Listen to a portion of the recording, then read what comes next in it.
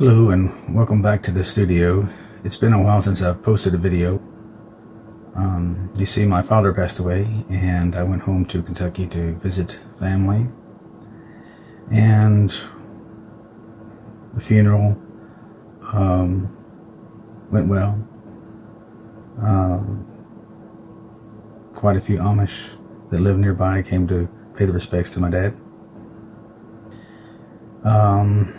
My mother's having a rough time with it.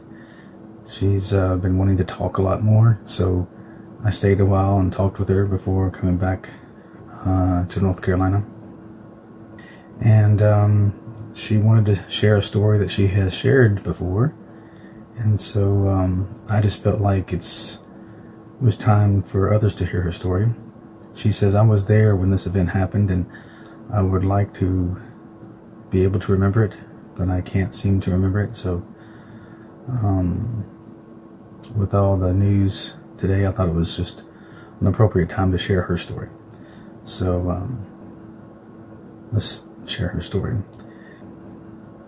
She's shared it several times with me while growing up.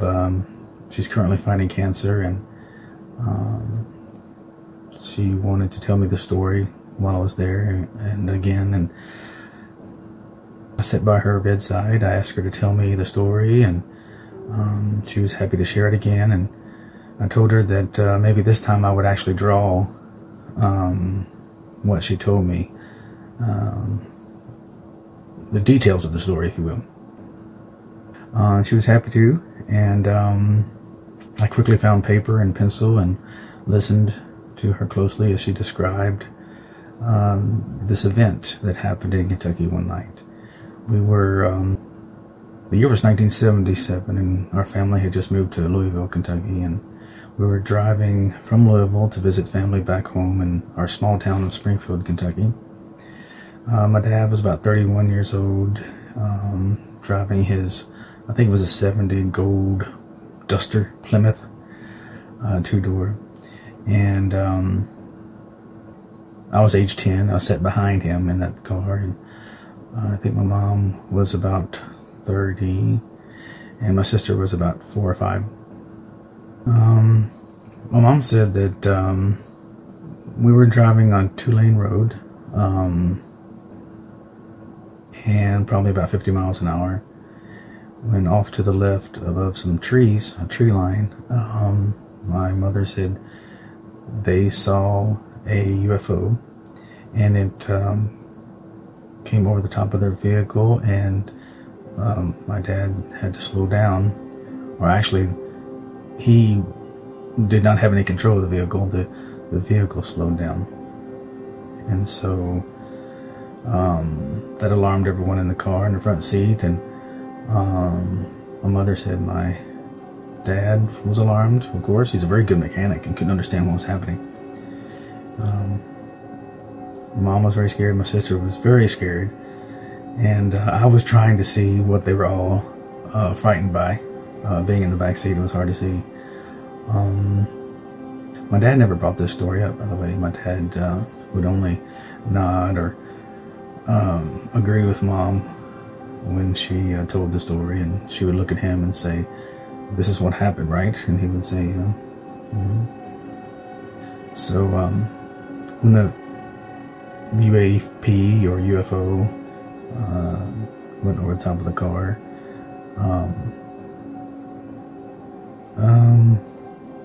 the vehicle stopped, and my mom said that they were all frightened by it, and she said that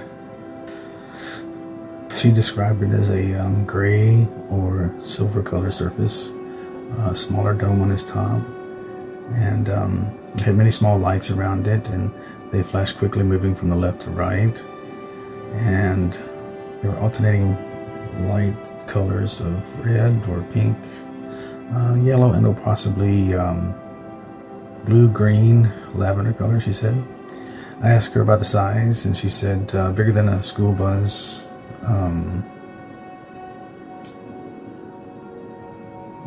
but not as long as a tractor trailer, maybe the trailer part. Many small portholes around it. My mother said that I did see it. I don't remember it again. I wish I could. She said the event lasted for about 30 to 60 seconds.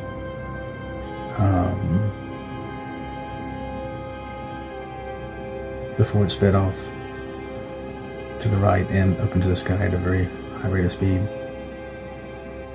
She said it made no sound. I asked her if it lit up the interior of the car, and she said she couldn't remember that part. But she said they were gaining control of the car and continued on to our destination. Once we arrived at the destination, in our small town, our relatives were in disbelief. So as I'm listening to her tell me the story, I'm thinking, I wonder if there are any other that were similar to this one. So I went online using technology nowadays, typed in Kentucky UFO sightings, and the Stanford abduction from 1976 came up. And so our encounter was only 40 miles down the road. And so as I read more about the event, the sole remaining abductee, Mona Stanford, the last remaining abductee, she gave a account and even a drawing of what she saw. So you can imagine my surprise when I compared what my mother had helped me draw and then what Mona Stanford had drawn. And the similarities are quite shocking. So as I drew, I had to make corrections, of course, and I showed my drawing status to my mom, and she said, change this or change that, or that needs to be a little different. So that's what I did. And so I hope this helps the ongoing research on the subject, and maybe others that were reluctant to say anything in Kentucky or elsewhere will speak up and maybe share, so that we can make some connections or tie the knots in this mystery. I was about to wrap up the conversation, and my mom said there were other sightings. And so I said, okay. And she said once over her mother's house, when she was younger,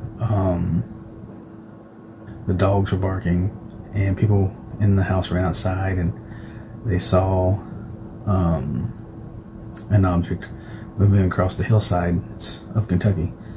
And so her mom enjoyed using a CB radio, and she contacted others nearby, and they followed it with their own eyes, and people that were driving using CB radio for many miles till they lost sight of it. So again, I wish I could remember this event, but I'm not able to. And I just thought that her story should be heard, and maybe my efforts to share her story and draw according to what she saw and how she told me to draw it, it could help. It could help the research. So let's show you the drawing and see what you think. Thank you all for listening. Until next time, bye.